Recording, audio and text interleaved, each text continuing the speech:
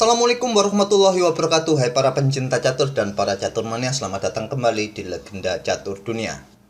Babak penyisian turnamen catur online Chess Champion Tour Chessable Master sudah selesai kawan. Berikut klasemen akhir babak penyisian dan 8 pemain yang lolos ke babak berikutnya ke quarter final.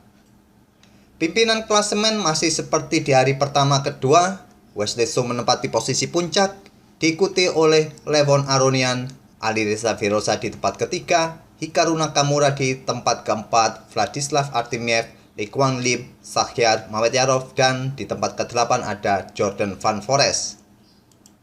Dan nanti di babak quarter final, Wesley So akan langsung bertemu dengan Jordan Van Forest, Hikaru Nakamura akan bertemu Vladislav Artemiev, Alireza Firoza bertemu Li Guanglim, dan Levon Aronian akan bertemu Shahryar Mamedyarov. Kira-kira jagoan kawan-kawan semua yang akan menuju ke posisi final siapa kawan? Dan pada sore ini kita akan coba ulas permainan dari sang samurai Hikaru Nakamura di babak ke-12 saat bertemu dengan Arian Tari dalam permainan Grand Field Defense. Dan sebelum itu kita lihat perbandingan profil kedua pemain terlebih dahulu. Hikaru Nakamura saat ini menempati ranking ke-19 dunia. Umurnya sekitar 34 tahun kawan, mempunyai elo standar 2736, elo rapid 2829, dan elo blitz-nya cukup tinggi mencapai 2900 poin. Dan lawannya Arian Tari saat ini menempati ranking ke-120 dunia, mempunyai elo standar 2639, elo rapid 2531, dan elo blitz 2656. Usianya cukup muda, masih sekitar 22 tahun. Dan sekarang kita ke atas papan. Di sini Hikaru Nakamura bermain dengan putih, bermain dengan langkah pion D4, kuda hitam F6 oleh Arian Tari, pion C4, pion G6, kuda putih C3, dan Arian Tari bermain dengan Grand Field Defense pion D5. Nakamura merespon dengan pion pukul pion, dipukul balik oleh kuda. Kita temui variasi pertukaran, pion E4, kuda pukul kuda, dipukul balik oleh pion B. Selanjutnya gajah hitam G7 persiapan untuk segera rokade. Dan pada posisi ini kawan, langkah gajah ke peta C4, kuda ke peta F3 merupakan dua pilihan utama. Nakamura memilih langkah gajah B5 skak.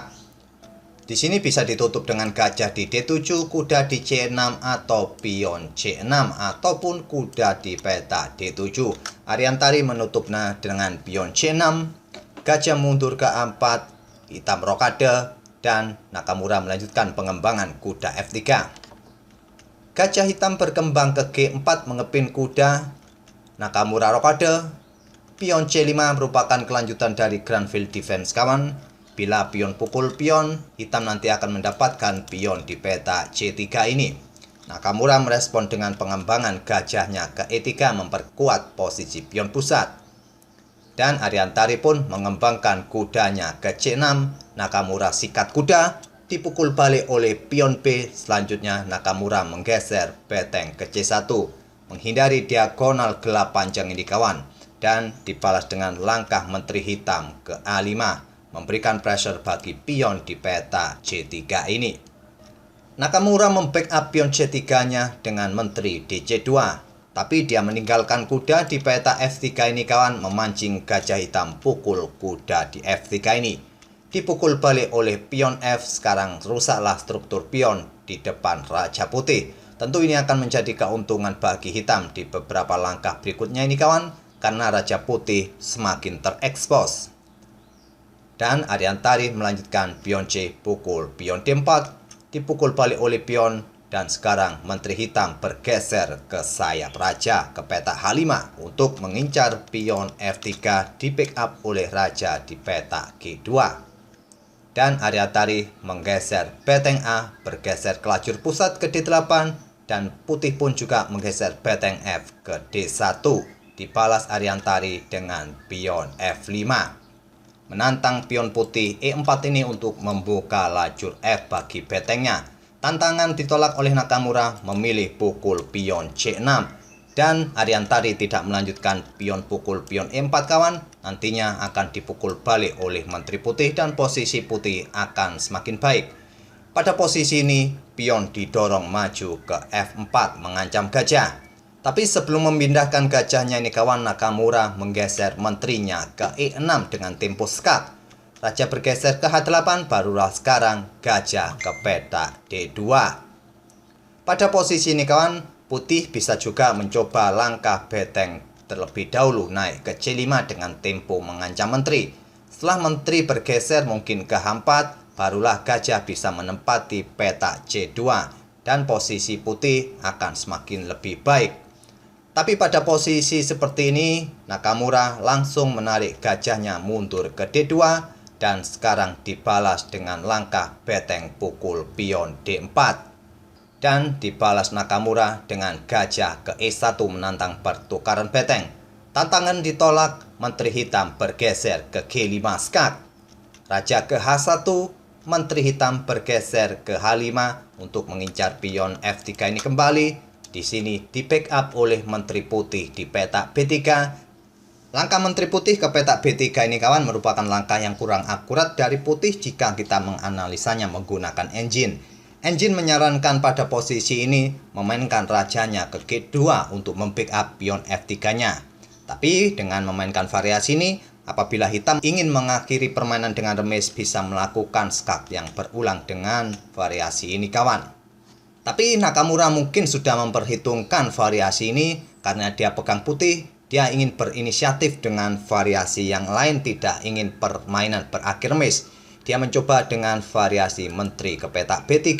Sekarang menteri hitam bergerak ke H3, memberikan ancaman skakmat di petak F1. Diantisipasi dengan menggeser raja ke G1. Dan sekarang Ariantari melanjutkan beteng pukul pion E4. Jika pion pukul beteng, selanjutnya pion akan didorong maju ke F3 kawan, dan ancaman skakmat ini tidak bisa dihentikan lagi kecuali harus mengorbankan menteri pukul pion F3 ini.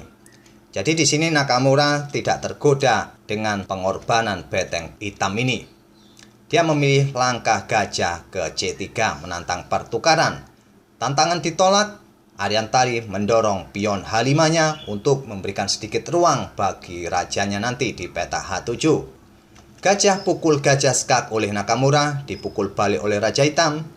Beteng putih naik ke C5 dan sekarang beteng hitam naik ke E2 untuk memberikan pressure bagi pion F2 nanti. Mungkin nanti diikuti dengan langkah menteri ke petak H4. Dan Nakamura bereaksi dengan menteri ke petak D3 untuk mengancam beteng. Beteng pukul pion di A2. Beteng putih digeser ke E1 mengincar pion di E7 dan menteri hitam bergerak ke H4. Mengincar pion yang ada di F2 serta untuk melindungi pionnya yang ada di petak E7. Dan Nakamura menggeser menterinya ke D4 skak sekaligus untuk melindungi pion F2-nya. Raja bergerak ke H6. Beteng putih bergerak ke D5 dan beteng hitam bergerak ke C8. Bersiap untuk menumpuk betengnya di baris kedua pertahanan putih. Tentu akan menjadi tekanan yang berat bagi pion F2 nanti. Dan di sini Nakamura meresponnya dengan langkah beteng naik ke D7. Dan coba lihat kawan parameter yang ada di sisi kanan papan. Menunjukkan bahwa posisi hitam sudah sangat unggul pada posisi ini. Tapi sayangnya di langkah berikutnya Ariantari tidak dapat mempertahankan posisi keunggulannya. Dia membuat langkah yang kurang akurat dengan langkah pion E5. Pada posisi seperti ini tadi kawan, saat pion ini mendapatkan tekanan dari dua beteng putih ini, hitam bisa mencoba dengan menggeser menterinya ke G5 terlebih dahulu dengan tempo skak. Setelah raja putih bergeser mungkin ke F1, menteri hitam bergerak lagi ke petak F6 untuk beradu dengan menteri putih. Jika beteng putih tetap pukul pion di E7, beteng hitam bisa melakukan skak terlebih dahulu di petak C1.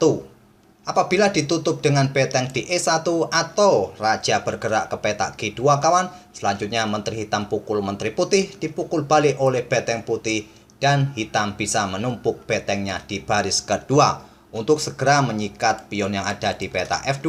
Selanjutnya diikuti dengan menyikat pion yang ada di petak H2 nanti. Dan dapat dipastikan dengan variasi ini, hitam akan menang. Tapi di posisi seperti tadi, Ariantari membuat kesalahan dengan pion E5. Dibalas Nakamura beteng pukul pion. Beteng hitam ke C1 skak oleh Ariantari. Raja ke G2. Sekarang Menteri Hitam sudah tidak bisa melakukan skak kawan di peta G5 karena dikontrol oleh beteng putih. Di sini Ariantari menumpuk betengnya di peta C2. Dan pada posisi ini ada pola skak mat yang bisa dilanjutkan oleh putih dengan 5 langkah lagi kawan.